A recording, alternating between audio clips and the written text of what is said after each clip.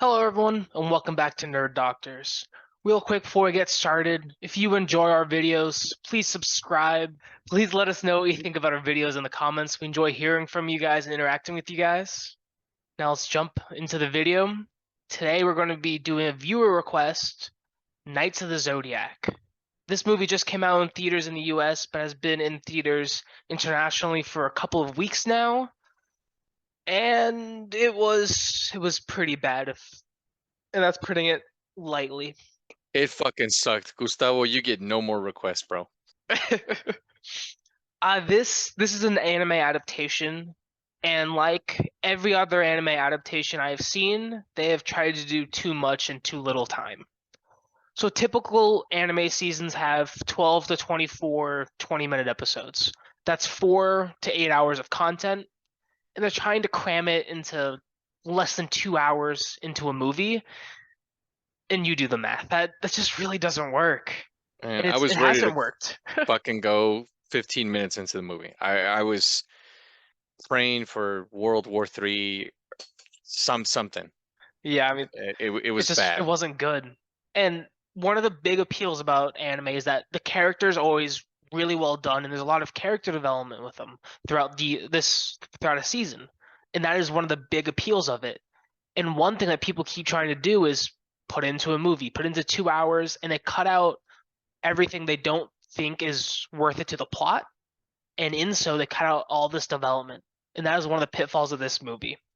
There's no development with these characters, yet you still see the characters are against each other, and then like the next minute they're best friends, and because they cut out all that development that they had time for in the show, and so it just felt like they jumped from A to D to Z, skipping all the letters in between. Things weren't connecting. I never saw the anime. In fact, until it was a request, I didn't even know what the hell this was. The trailer looked okay, it looked good, but the movie, uh, yeah, I don't have too much to say about this, guys. It sucks. If my opinion means anything to you guys and you haven't seen this shit bomb, don't go. Wait for it on streaming. Don't even wait for it on streaming. Just stick with the Yeah, anime. yeah. If you've and if you've seen the anime and you've never seen this movie, don't go wreck your childhood by watching this fucking movie. If you need something to like kind of simulate this, this is almost the same thing as X-Men 3 The Last Stand. It's the same plot, but somehow worse. Just go watch that instead. It is X-Men. You're gonna like it a little bit more. You want a good reference also, Super Mario Brothers, not the beautiful animated movie. That piece of crap we got back in 1993. That's kind of like this. That is, yeah, yeah, I could see it. Or Mortal Kombat Annihilation. I really wanted this movie to be good. The action sequences, I did like them for a little bit because it did feel a little bit like an anime and how the action sequences played out in there, where it was a little bit more a little bit over the top, and it was entertaining.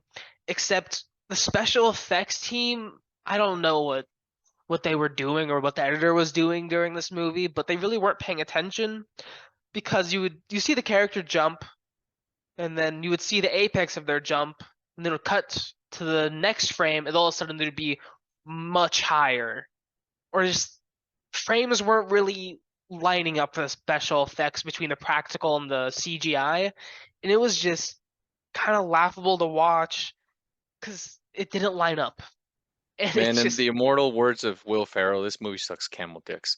yeah, like the special effects. While the CGI did look pretty cool, the special effects weren't there. They didn't match the character and where their character's positioning was. Some of the audio quality was a bit, I don't know, it was a bit weird. Like it kind of sounded like they were recording a line in post production, like right into the mic when their character's like off screen. It was so that was just a bit odd. And the characters were, I can see the appeal for them, but like I said, we just missed all the development and the plot just sucked. If this movie's on a fucking plane while I'm on a trip, I'm going to the fucking bathroom for an hour and 45 minutes. Yeah. It felt long. This was a long movie, and there's not much redeeming about it. It does have a pretty solid cast. The supporting cast is pretty good. I like the Butler. I thought he was pretty cool. But the main character, he had a couple of good jokes I liked, but I did wish he was a little bit better. I don't know if that's of the fault of the actor or just more on the writing and directing team. My final thoughts on this movie, I would rather watch fucking She-Hulk a million times over than to ever watch this movie again.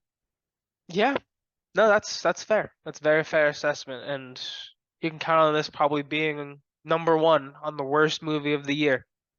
Oh, I don't know. We got a couple months to go. Yeah.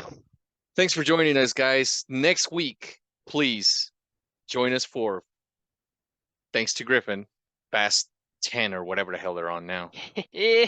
That's gonna be a train wreck.